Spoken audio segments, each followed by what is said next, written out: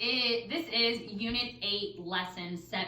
The best thing about this lesson is that you already know how to do it. You're just using two different skills and deciding which one you want to use. So you will need the quadratic formula, which is on this sheet of paper.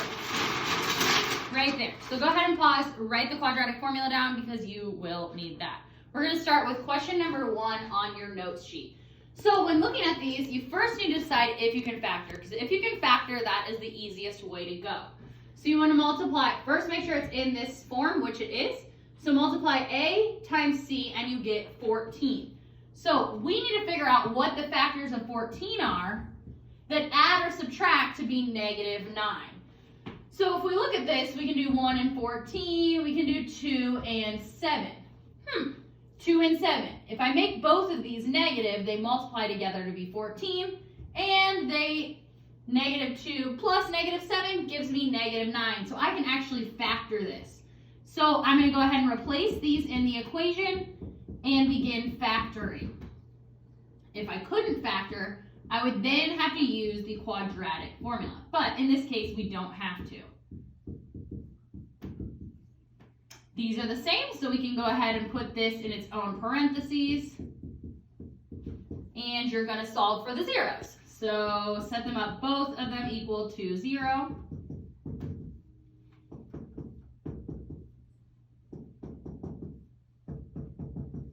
So that is how you find the zeros when you're able to factor it, but you won't always be able to factor it. Let's look at another example.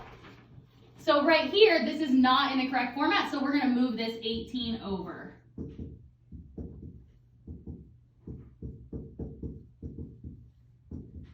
Equals 0. Now we want to see if we can pull anything out, which in this case, we can go ahead and pull a 2 out of everything, a 2x.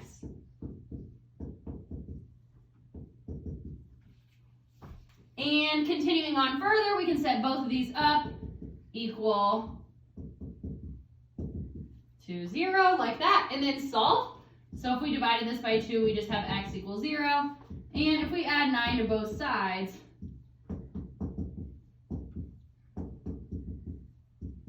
so those are the zeros for this equation. Let's look at this one. So this 5x needs to be moved over so we can get it in the correct format.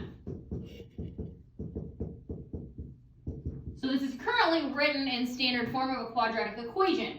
Now we need to see if we can multiply 1 times 2, which we can, which gives us 2, and the factors of 2 are just 1 and 2. 1 and 2 will never add or subtract to be negative 5.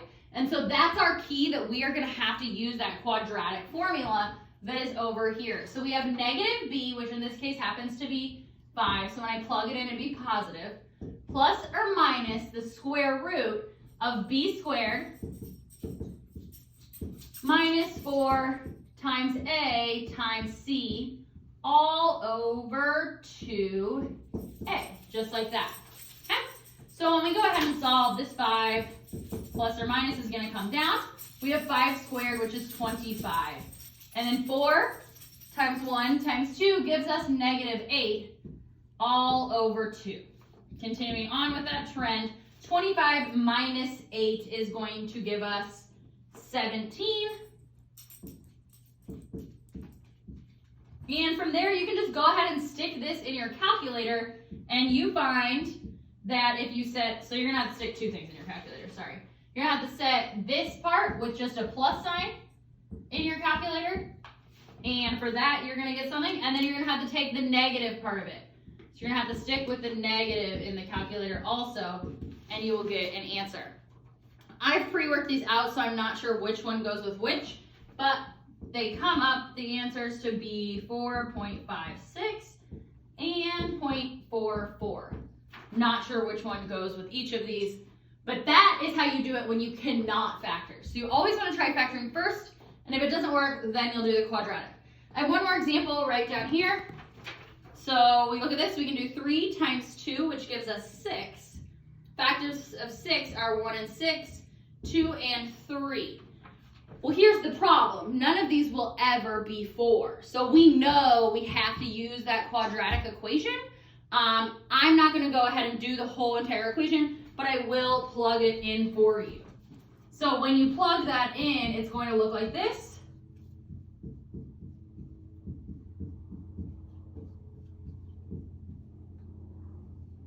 And it's all over 2 times 3.